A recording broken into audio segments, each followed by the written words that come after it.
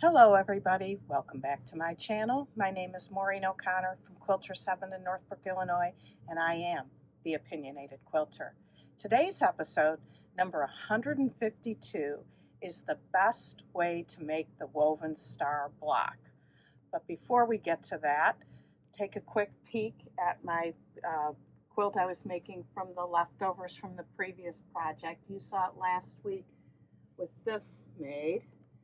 I've now added borders. It is actually big enough now for a Project Linus quilt, but if I have enough stuff left in my bag, I'm going to keep working on it, use as much stuff as I have in my scrap bag. Also, I saw the best video this past week, and I highly encourage you all to watch it. It's from Karen Brown. We'll have a link in the description box. It's 12 tips for accuracy, and she says the exact same things I say over and over and over again to get perfect piecing. Please watch it. Now, let's get to the woven star block. This block is all over YouTube. There are patterns all over Etsy, and most of them, if not all of them, are not made, in my opinion, the best way. I think I counted 10 patterns on Etsy, varying in price from $2 to $14.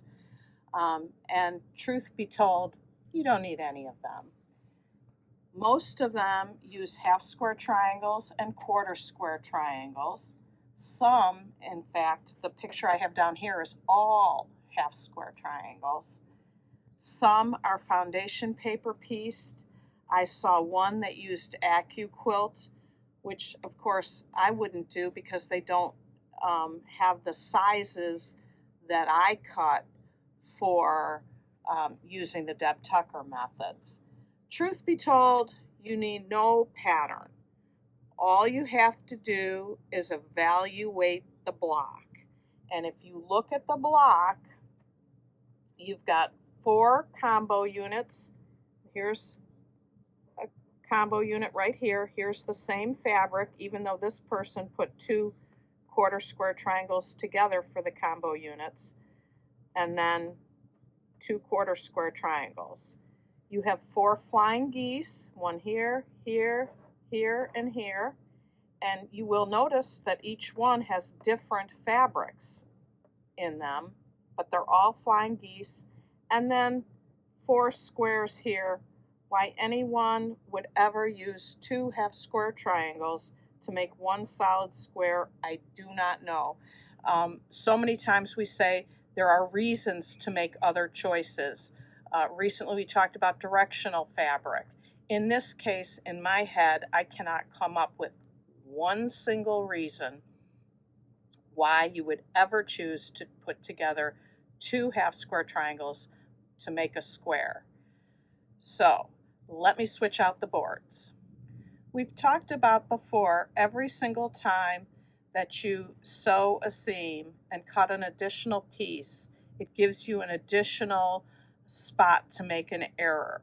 The less pieces you cut, the less seams you have, the less chances you have for error.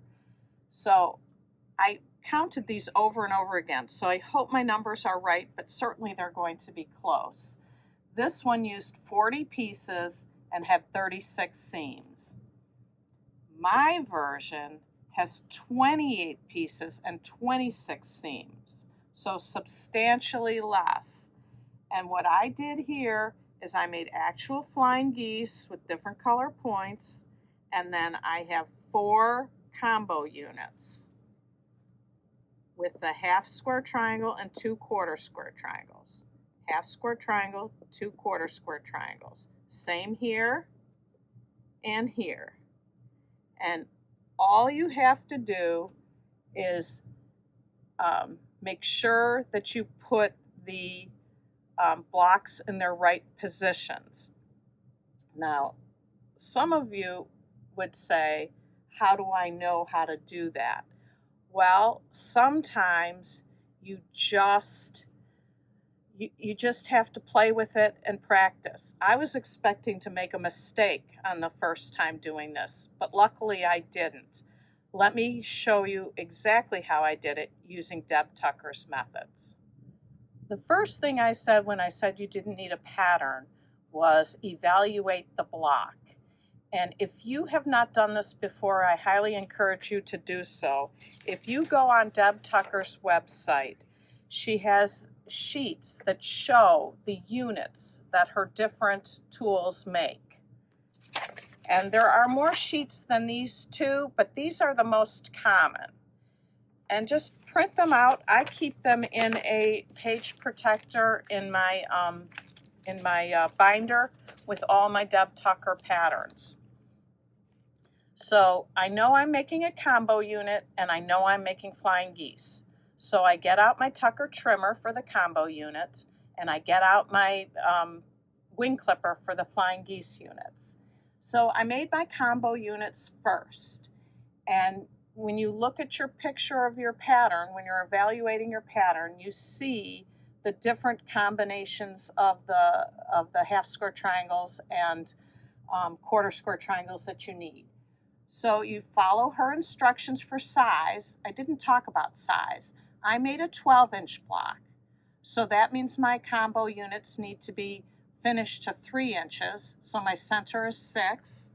And my corner squares are 3 inches, cut 3.5. And my flying geese are finished to 3 by 6, which would be cut 3.5 by 6.5. Now you can adjust your size entirely. I just chose a 12-inch block for no particular reason. So you follow her instructions, you cut your quarter square triangles. I shouldn't say quarter square triangles yet. You cut your beginning squares the size she tells you to cut for that size block. You draw a line corner to corner, you sew on both sides of the line, and cut in half. Then you take this piece that you made from that and put it on your square, starter square that's going to be your half square triangle.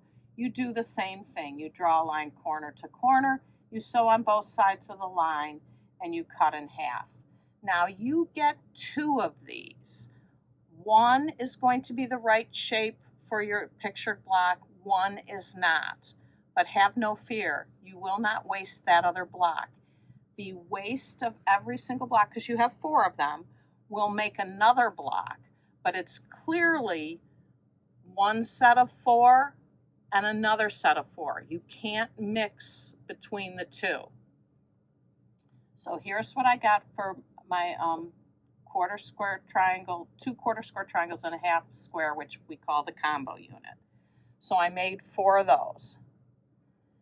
Then I did the fast flying geese method, and you take 2 different color squares and then draw a line corner to corner, sew on both sides of the line, cut in half, and you know what those pieces look like then.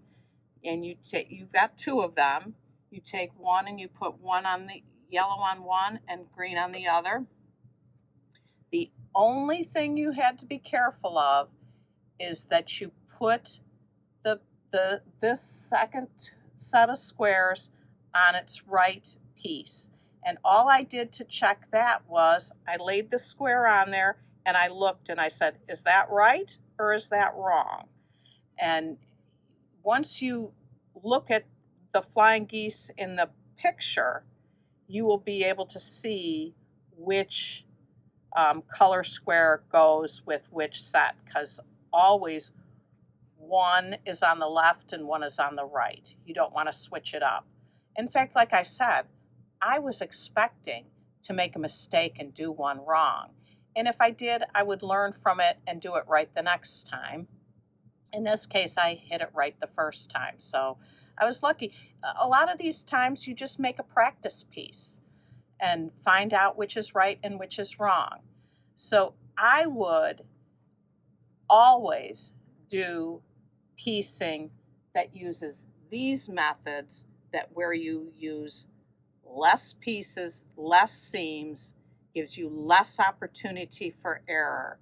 Using Deb's rulers gets you all your pieces the exact right size, and then your final block can come out perfectly. Let's get to the winner of this week's giveaway. The winner of the assorted giveaway is Susie DT. SUSIE, D like David, T like Thomas. Please send me your mailing address to quiltersheaveninc@gmail.com so I can get that fabric out to you.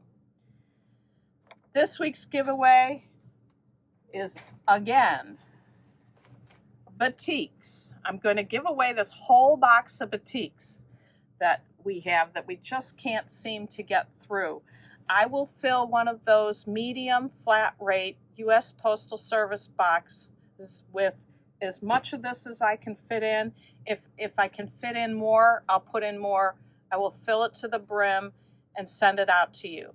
If you would like these batiks, please, you know what to do. Like my video, comment on my video, and subscribe to my channel. In the comment, put batiks again, and you will be entered to win. So thanks so much for watching. I hope you learned something from this video. Please share it with your friends. And until next time, happy sewing.